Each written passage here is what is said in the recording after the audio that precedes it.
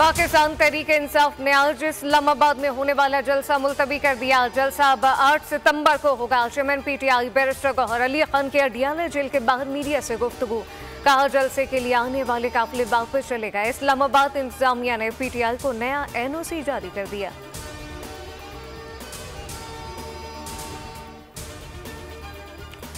पाकिस्तान का मुस्तकबिल महफूज हाथों में है। पूछता हूं कि मुल्क का डिफॉल्ट का बयानिया बनाने वाले आज का है। आर्मी चीफ जनरल आसिम मुनी का यूथ कन्वेंशन से खिताब। कहा कि रियासत की ये जिम्मेदारी है कि अवाम को सोशल मीडिया से पैदा हिजान और फितने के मुजम्मरात से दूर रखे।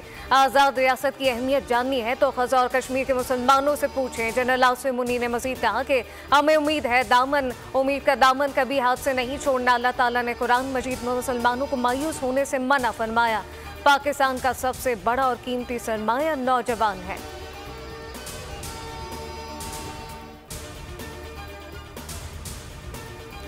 और दुश्मन हमारी तरफ मैली आंख से नहीं देख सकता। हमें इत्तेफाक और इत्तेहाद के साथ आगे बढ़ना होगा।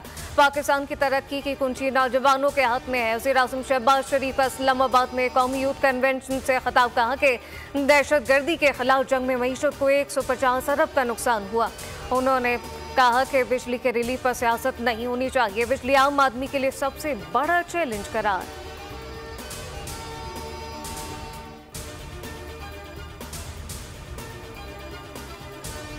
चेयरमैन पीपल्स पार्टी बिलावल भुट्टो की वज़ीर-ए-आज़म से मुलाकात तय हो गई। बिलावल भुट्टो जरदारी वज़ीर-ए-आज़म से आज मुलाकात करेंगे। बिलावल भुट्टो हुकूमत की माशी पॉलिसियों पर तहफ़्फ़ुज़ात का इज़हार करेंगे। पंजाब में तहरीरी मुआहदे पर अमल दरामद न होने पर तहफ़्फ़ुज़ात का इज़हार होगा।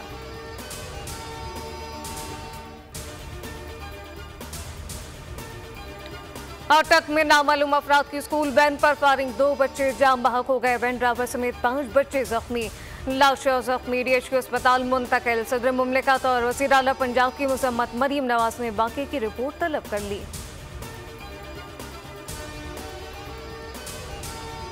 और पिंडी टेस्ट के दूसरे रोज का खेल जारी। सऊद शकील खतर और मोहम्मद रिजवान ने सेंचुरी के साथ क्रीज पर मौजूद। पहले रोज अब्दुल्ला शफीक 2, कप्तान चांद मसूद 6 रन बना सके। साइम अयूब ने 56 रन की इनिंग खेली।